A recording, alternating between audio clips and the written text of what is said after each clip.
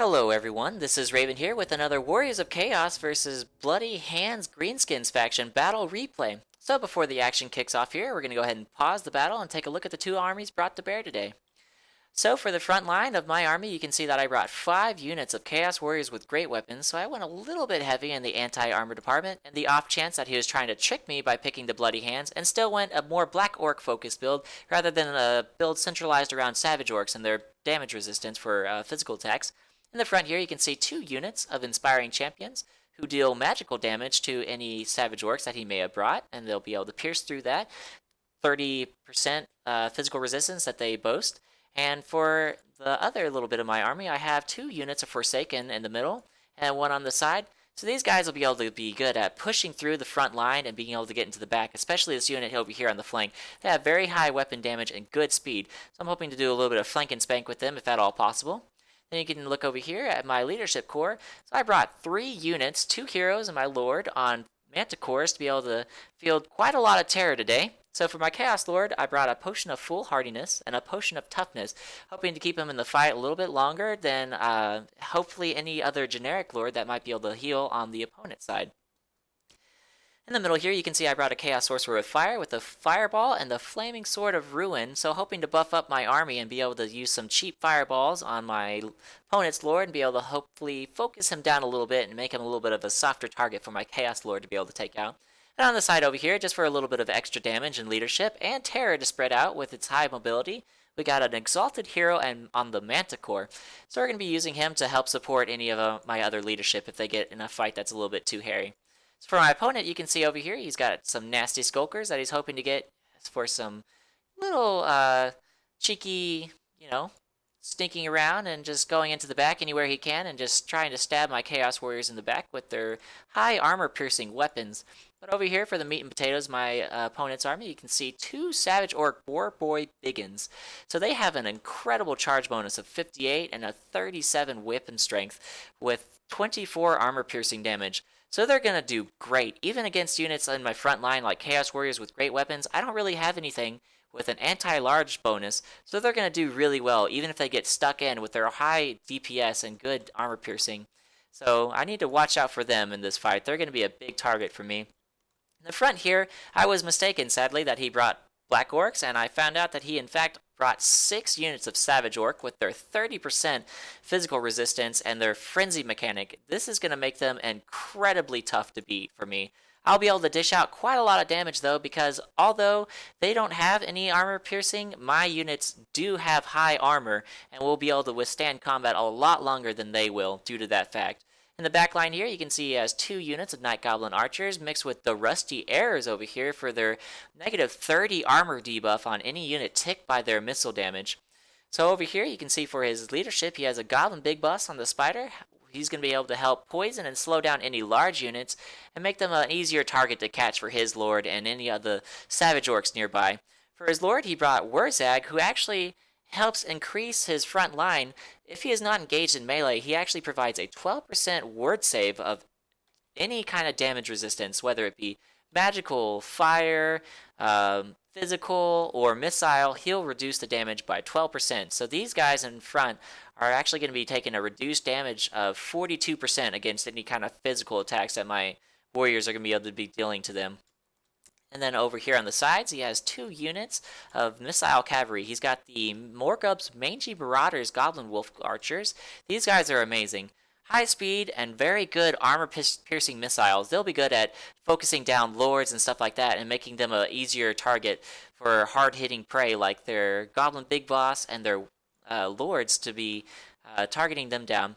And on the other side, we have Death Creepers with regeneration and poison attacks. So these guys are good at focusing down any units that are getting too close, being able to slow them down with that poison and reduce their damage, while regenerating and trying to keep their numbers up and kiting away. And in the back here, we have the Hammer of Gork. Now this is a very interesting artillery piece. So when it's used, it actually provides a bonus for them, or debuff rather you could say, against any targets it hits called Blinded. Minus 40% accuracy for any kind of ranged units that might have hit, and minus 36 weapon melee attack and 34 melee defense. So these are going to make units like my Chaos Warriors pretty much useless. It'll put them to both 0 melee attack and 0 melee defense. They're going to have a 10% chance to hit, because that's the minimum allowed in the game, even at 0 melee attack. So they're going to have a really hard time hitting units in the front line if they get tagged right before entering melee. So we're going to go ahead and hit play and see how this battle starts off. So you're going to go ahead and see that the Hammer of Gork's going to go ahead and start firing over here at my line, try and do some initial damage. And you're going to see that it gets a quite the lucky shot off over here on my Chaos Sorcerer with fire. It's going to tag him right there in the air, and you can see that he's at 0 melee attack and 0 melee defense. And I was just so sad when I saw this. I'm like, I didn't realize that that was so powerful in the first days. So over here, though, we can see my Forsaken have 7 melee attack just because they boast such a high melee attribute. So we're going to go ahead and try and throw a fireball off over here at Wurzag. I wasn't at quite the high enough angle, so the impact hit him, but the explosion did not, so I didn't get that extra damage against him, so I was kind of sad about that. However, we're going to go ahead and try and run our front line in here and engage as fast as possible and try and negate any damage that's going to be done by his Hammer of Gork. Over here, though, you can see his Orc Board Biggins, the Savage variety, are going to hit my Forsaken over here and start piercing through them immediately. My Forsaken, however, are going to do okay against these guys because of their low armor and their physical resistance isn't going to be that high as compared to those in the front line by Wurzag. But you're going to see that my leadership here, when being pulled in, is going to start doing a lot of damage and start terrorizing these units almost instantly. In the front line here, I'm going to be trading pretty effectively because Wurzag, although he does preside that buff, it's only a 40-meter radius. So in the back here, he's actually kind of useless for his army. He needs to be stuck in behind the fighting. Not quite in it, but just close enough to be able to buff up his troops over here. Over here, you can see that my Aspiring Champions and my Chaos Warriors are actually going to be trading quite well with 2 units of Savage Orcs.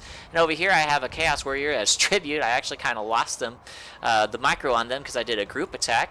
And they're just going to get chumped out by all that range damage. And over here a nasty Fort of Gork is about to go off, and it's just going to destroy this unit right here. It's just going to throw these 2 units around, and they're just going to be a little bit hurt up because of this. And I'm going to try and get them back up and into the fight, because although it does do pretty good damage, it's more effective against high mass units like cavalry.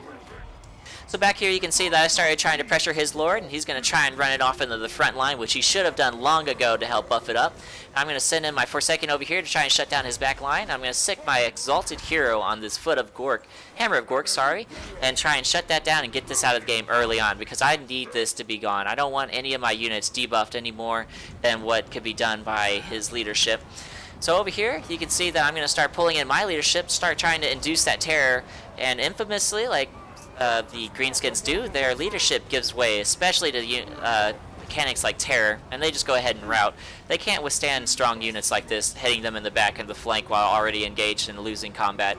So over here you can see that the Orc Board Biggins are coming back into the fight, and they're just doing withering damage to some of these units. It's going to be pretty rough trying to get rid of these guys, but in the end, the 3 units I have over here are going to be able to take them out, combined with my Chaos Sorcerer of Fire over here. So in the back you can see that I have my Lord trying to take out the rest of his archers over here, and my Exalted Heroes trying to be sick back in on these rusty arrows over here. But as these Forsaken get close to catching these guys, they're going to get pinned down by the Wurzag special ability.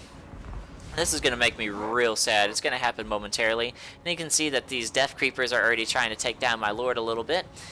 And in the front over here, we still have a little blob going on. I'm trying to get rid of these guys, but they have this massive buff from the Fist of Gork right here. So this is an optimum engagement for them. They got their leadership in here, the Nasty Skulkers with their high armor piercing, and then my Chaos Warriors with great weapons in the back trying to do damage. Lost micro on my Exalted Hero for a moment. I was trying to get him on these Goblin Archers, and he kind of froze for some reason. Not quite sure what happened there. But now he's getting pulled back into the fight, trying to use his damage as much as I can. And you can see back here that my Forsaken were chumped down by these Savage Orcs and all the missile infantry in the back. In the front here, you can see that the terror was just so strong. Already routed 4 units, causing 3 of them to shatter, routing their Lord and routing their hero with the terror mechanic. It is just so good against Greenskins. It's so powerful. If you can save your leadership in the late game, or any unit causing terror, especially when the leadership's gone from the field for the Greenskins, it's just game over. There's no way they're going to be able to recover at all. So you can see that my army is actually in shambles right now. I'm only down to 190 units compared to his 560 out of the 1160 units he had. So in the front, you can see that I'm trying to use these aspiring champions just to try and kind of soak up damage with their really high armor, silver shields, and just use their magic attacks against these savage orcs to try and get through them, because they do splash damage and they will punch through these guys pretty effectively, but with that range fire from the back they will lose that fight, and I expected as much. However, over here my Chaos Sorcerer of Fire is able to catch the Morgul's Mangy Marauders. That's going to be a pretty fair trade for me over here. Hopefully the terror kicks in, and I think it does prior to him routing, but we'll come back to that and see. Over here, my lord is going to absolutely devastate these Death Creepers. He didn't keep them running, and they got terrified and fled from the field. Over here, sadly, my Chaos Sorcerer of Fire does route and doesn't get to stay in there and cause them to rout like I was hoping he would. Over here, I have my Chaos Warriors of Great Weapons chasing down the Rusty Arrors. I'm hoping to get them out of here and get rid of their armor-piercing damage, because especially in the late game when you have lots of units blobbed up against low armor units, like the Savage Orcs boasting 0, it's really rough when you get ticked by that and you have 30 less armor and they're not even affected at all. But over here you can see that I'm using my Lord to try and rout out any of his units, trying to take my Exalted Hero over here to keep routing Wurzag off the field, and he's right there at the cusp. He's just right there on the precipice of leaving, so I keep sicking him with my Exalted Hero because it is just so important that I get rid of all the leadership for the Greenskin so my Terror could really start to kick in and get rid of as many units as possible. But you can see I only have one weak group of Chaos Warriors with great weapons, and this single unit of Chaos Aspiring Champions, excuse me, is going to flee into this little mosh over here, and he's going to stay. He's not going to come out of that marsh for a little bit. And the Chaos Warriors with great weapons are actually going to be able to get a pretty advantageous engagement on these Morgul's Mangy Marauders who engaged in melee because they're out of their missile ammo. And over here you can see that these guys are also running out of ammunition as well. So I'm able to rout them from the battlefield, and my Lord is going to be able to catch these guys. They didn't start running soon enough, and you can see that they're terrified. And I start looking around the battlefield. I'm like, what can I do to win this?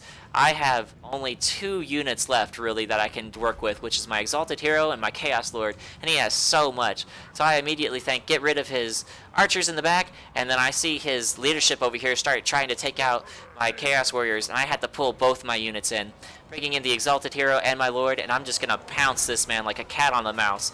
There's nothing that he can do. He can just see this and watch, and he can see he's going to come in here and get an extremely brutal charge and then rear charge from my Exalted Hero, and he's going to immediately shatter, and this is going to cause army losses to go through the entire army, and the Greenskins to have a mass rout and leave the battlefield. So in the end, that terror mechanic was so crucial. I couldn't have done anything in this battle without that terror. I would have immediately lost. I had the wrong pick entirely for this build. I was hoping to be able to catch him off guard, but he completely played true to the name of the Bloody Hands and brought an entirely savage orc front line. But due to their low armor-piercing damage, I was able to keep my lords and heroes quite healthy throughout the whole battle, and there's really nothing that his goon squad could have done. It was rather weak due to it only being composed of Wurzag and the one goblin big boss. So that's it for the day, guys. Leave a like, subscribe if you want to, and comment if you have any suggestions or criticism that might be able to help me make this casting more enjoyable for you all. Other than that, catch y'all later.